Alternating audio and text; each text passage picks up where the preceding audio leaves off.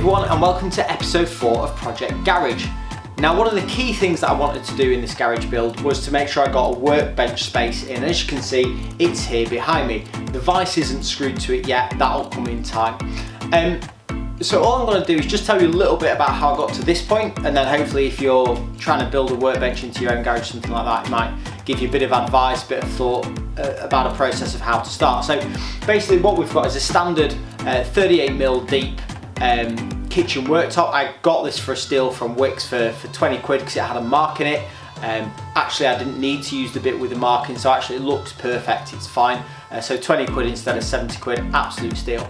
And the rest of it's just been built with 44mm plain square edge timber for the frame, and all I've done is built a frame for the front, a frame for the back, put some battens between the two frames at the bottom, and then screwed the whole thing to the worktop to make it nice and sturdy.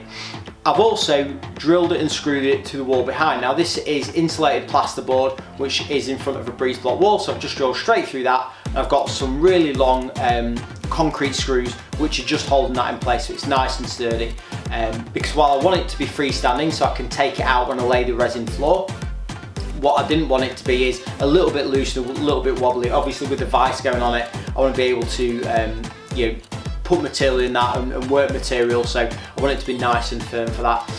It's serving a great purpose as well because it's also giving me space to put my tool chest in as well, so that keeps it off the floor, and it replaces the horrible kind of temporary bench that I had in place, which was a shelf on top of two chairs.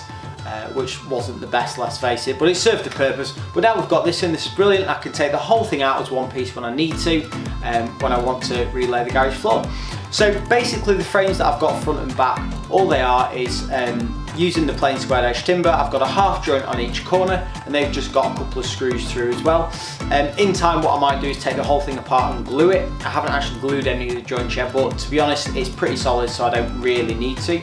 And then all I've done is use some 44mm plain square edge square timber again, just for the braces front to back.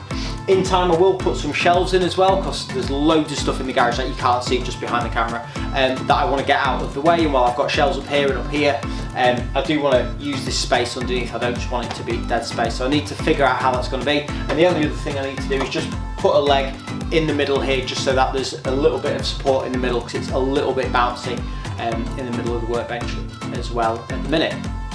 So that's it basically, that's the workbench in. You'll notice that I've started to paint behind as well, because I've screwed this in. I wanted to get the paint on the walls behind where the workbench was going as well, again just so I didn't have to pull it out afterwards. So yeah, really pleased with it. It took me about a day to build it. Nothing major, but it turned out really well. So check back next time. I've got the rest of the garage to paint, and yeah, check back again soon to see how I'm getting on. Don't forget to like and share on social, and I'll see you soon. Bye.